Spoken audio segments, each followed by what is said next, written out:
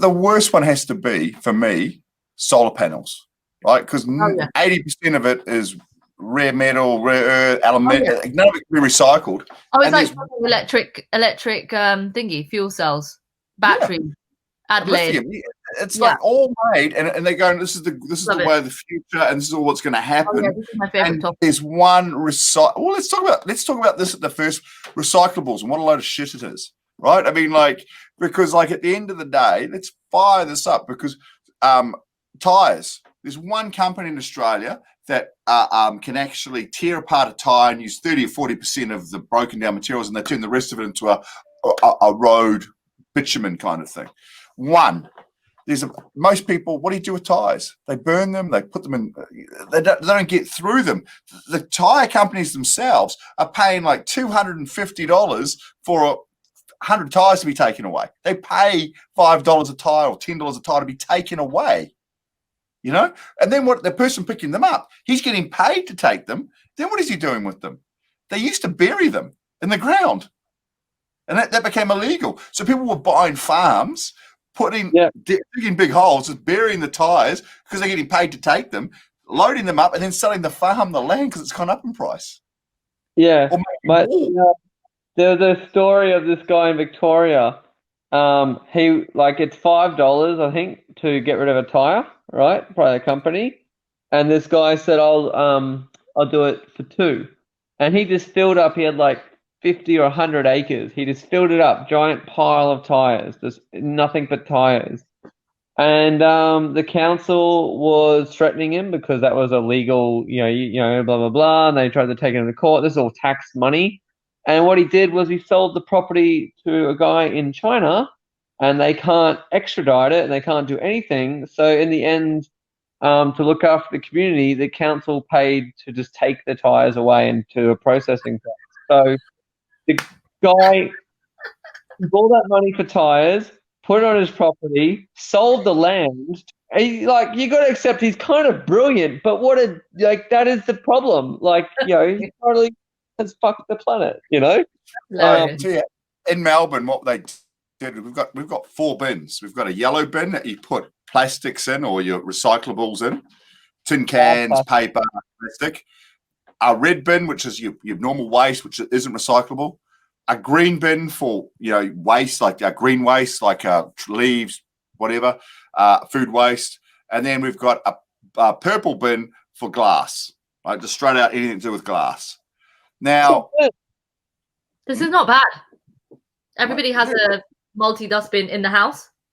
So every house has 4 bins, and the bins. So you think about it, you got a unit, you got 4 bins. Every house has now got fucking 4 bins. So I'm lucky. I've got a big house. 4 bins don't bother me. But for a guy in an apartment who's got 50 apartments, they've all got 4 bins that they've got to play out, right? Oh my God. Now, what happens is there was all the recyclables. There was a company picking all these up, and they were getting paid to pick all this recyclables up. They were taking long 10-year leases with warehouses, and they were compressing it all and putting it in bales and just stacking it full of warehouses. So there were warehouses all over Melbourne with all this recycling. They got paid $25 million to store all this stuff. And then they went bankrupt. They just Chapter 11 said, well, and all the rents went, they said, we're not paying the rents. So all these building owners had fucking shit tons of plastic that was not recyclable, because every household just going, we'll throw our plastics in here, whether it was recyclable or not, and these were getting taken away.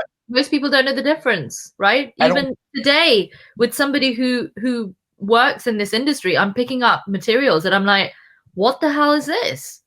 Is it not? Can't put a pizza box through because it's got a bit of food on it. You've got the little piece of transparent plastic that you have in an envelope, and you've got the address behind it. That plastic is not recyclable. So you've got to rip that out and then put the paper separate to that plastic, which is supposed to be in your red bin, right? How many people are actually going to go and do that?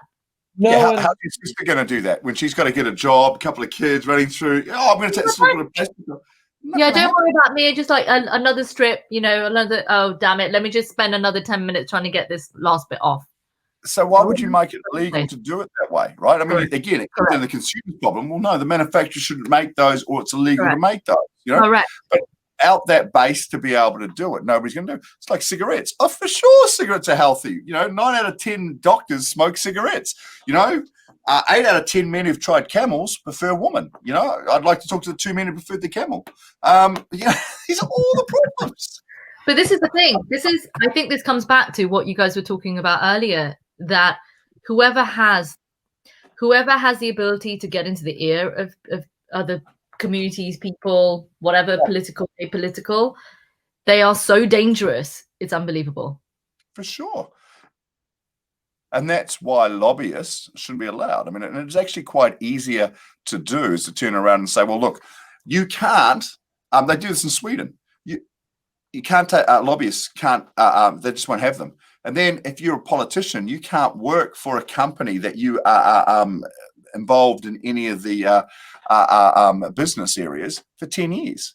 So if you become a politician, you have an apartment that the government supplies in a big building, but everybody says if you're the prime minister, if you're the minister for anything, you're in the same spot. You are given a bus pass and a train pass. You don't get a car. The only politician that gets a car is the prime minister. Every other minister gets a free bus pass and a train pass. So they have to use the systems so if it's not working and there's got graffiti on it, guess what they're going to do? This is a shit system. I'm waiting an hour. Fuck this. I'm going to make sure that it gets through. They're not given all this money to do, all these little bits. They have to fly economy. They have to pay for it themselves and ask for a reimbursement to prove that it is. Not given an unlimited supply and then they, put it back. They have to pay for it themselves. And it all gets audited. You look at they don't have lobbyists. They just say no. What good is a lobbyist going to do? The thing is that if you've got massive industry like the guns lobby, or you've got the, the whatever lobby, what are you lobbying for? Government is sort of like the parental body.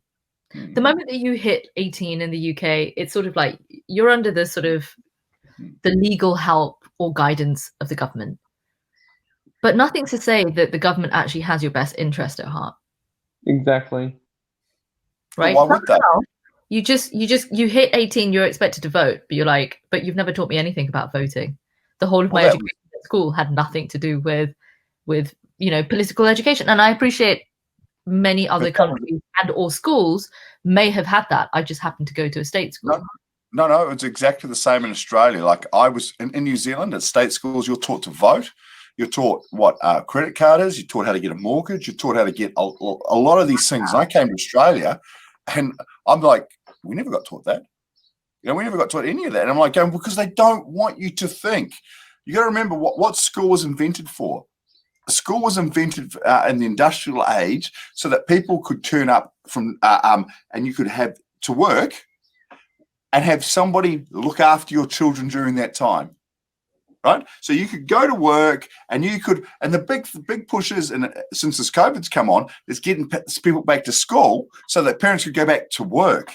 They've said it all along. They want you kids to go back so they can get the workforce back. That's what we're set up for. And the Industrial Revolution, they were set up to hold people because when the children were banned from working, they had to find a place to store them because people then couldn't turn up to work. Which is what they realized during the lockdowns, right? Like, where the fuck do we put our kids?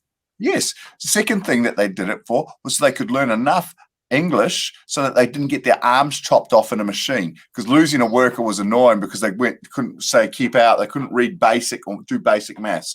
That's what school was. It was to set up basic little robots to come out at the other end and be good enough for the Industrial Revolution. Good lemming. Find a place to store them until they can become useful, and let's not make them keep them dumb enough so that they can be good workers but not smart enough to break the model. Like that's all schooling is. I can argue this all day, and I've never ever found somebody that has been able to prove me wrong in regards to how it comes through. Even universities used to be set up for you to go and think. Now, if you look at the Greek model, where it was set through, you had a scholar that would come through and teach you about life, how to manage. And then you went to a sort of a university where you were taught a whole bunch of different thought processes, whether it was art, whether it was different skills. So your brain would think differently. Now, that doesn't happen. In Japan, what happens, you have to work so hard to get into a university. And once you're in a university, none of them study, because it's the first time. Because once you've got into a university, you will get a job. They only will, like, you go to Harvard, you've got a job. You go to Yale, you've got a job. You go to Oxford, you've got a job. So they go there and they just get drunk for 4 years. There's a big documentary about how the Japanese culture is. They work so hard because they've got to get into a university if they want to become management. It's like soldiers. Privates are here, but if you go to a military college, then you're going to be given a platoon. Doesn't matter how dumb you are, you're going to be given something. And that was the same with the Japanese. You had to work that hard. You get into X amount of university, you're going to work for Toyota. If you're in the second level, you're going to work for Komatsu. You're the third level, you're going to work for, a third level. But there is no university is about giving you thought process. And what they've done in America is priced you out. And they're doing that in the UK. They're pricing you out of having the ability to learn what you might want to do. School was government. We're going to teach you this. When you get to university, it's your choice to learn the things that you have the most interest in and expand your horizon. So if you want to do basket weaving, then do basket weaving. If you look at what Steve Jobs did, he was a dropout, but he went and learned graphic writing. He learned all these different things were outside. And because of that, we got all these different styles. It's just not computer print. Design he went to. He went to all these different classes where he just turned up and went to these classes because he got 7 or 10 different classes that he would never have gone to. He just turned up to. We got a whole bunch of different thinking.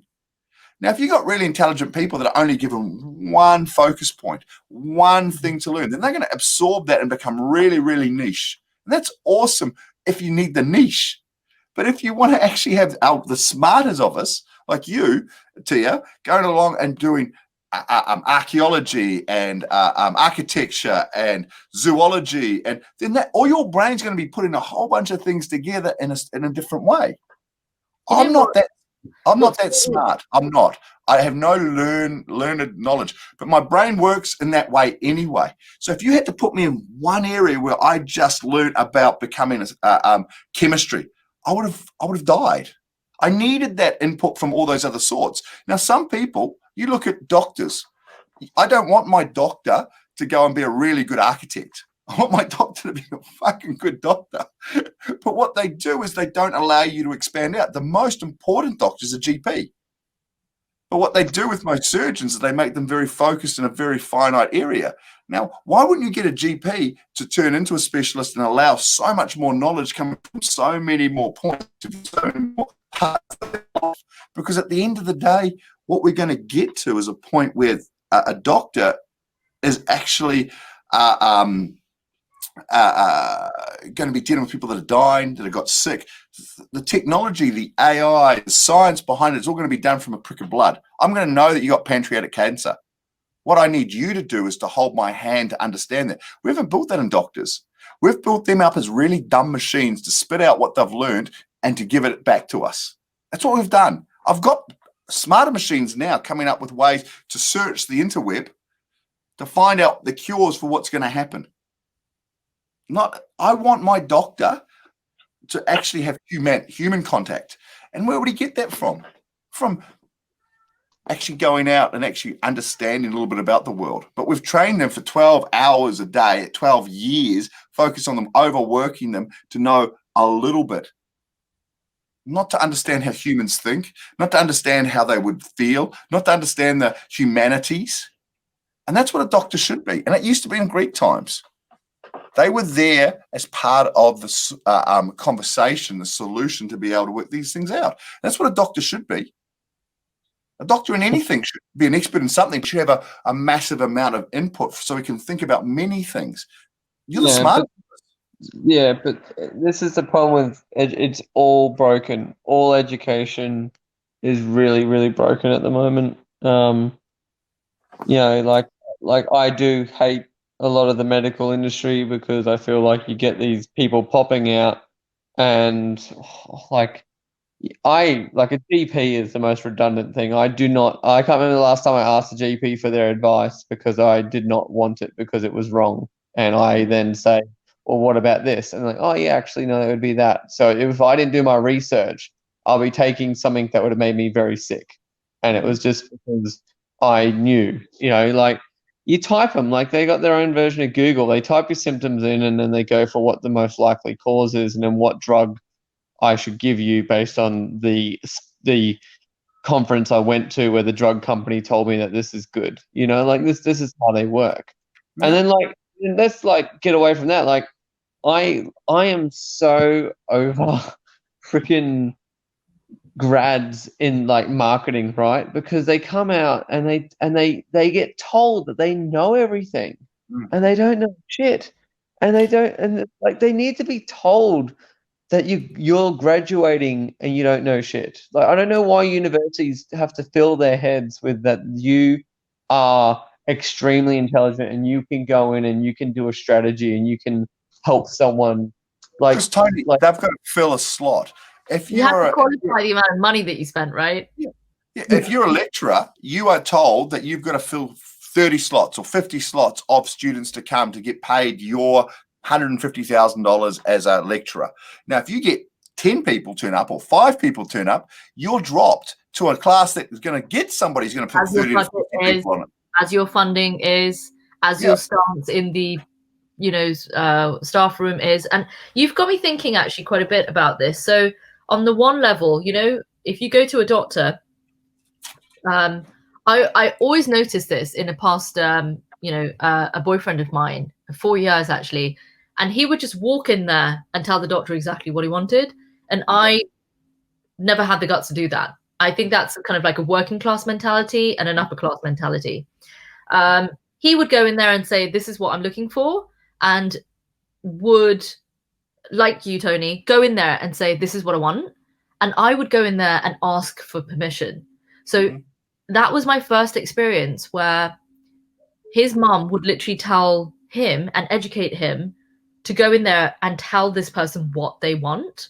Whereas my mum never did that. My mum told me to shut up and not say anything until the doctor says something. And then there's a sort of a disempowerment in my education towards the doctor and an empowerment towards the education of, my ex. And so many people do that all the time for doctors, though, so they have a power complex anyway. So if you're doing that.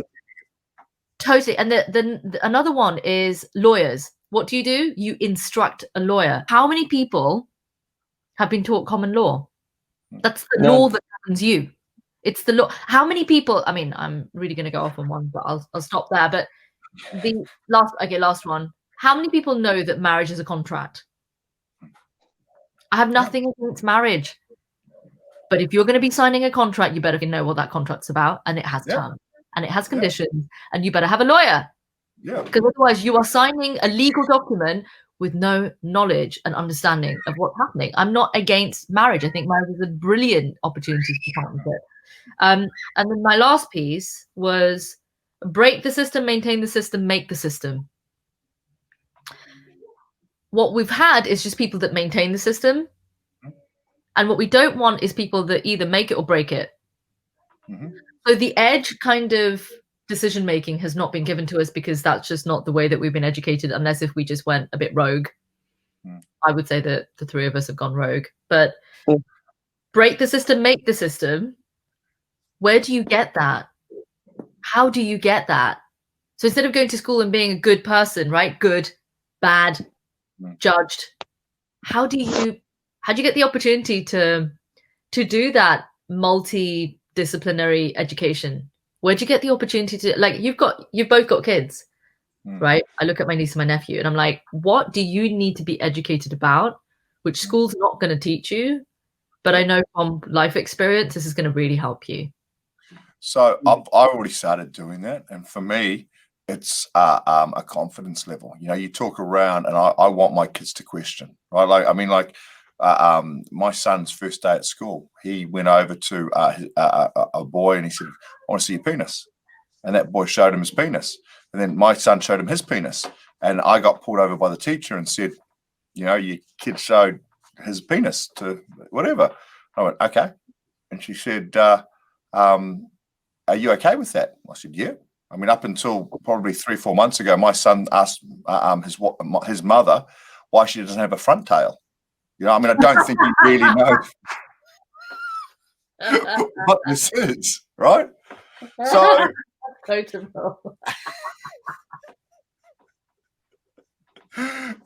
so what happens with this is, if I'd have gone off though, And I said, oh, well, this is, you know, they would have had to have a meeting. And so there's part of us as humans that have got to know our kids and go, well, look, he showed him his penis, he showed him his penis.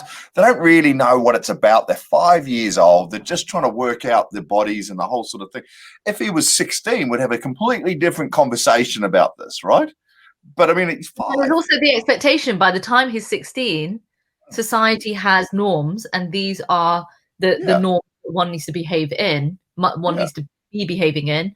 And it's fascinating that as time goes on, and if you're in multiple cultures, multiple languages, whatever, there are very specific normals, whatever normal is, and things are normalized, things are expected. You know, when you go to the doctor, there is an expectation of what the doctor is going to do. There's an expectation of where your taxation, what tax money is going to go. There is an expectation that you are going to do your job as a citizen or a national of that country. Oh, absolutely. It's not explicit. No, it really isn't, and that's why there is so many differences of what's going to happen. But I still remember this distinctly.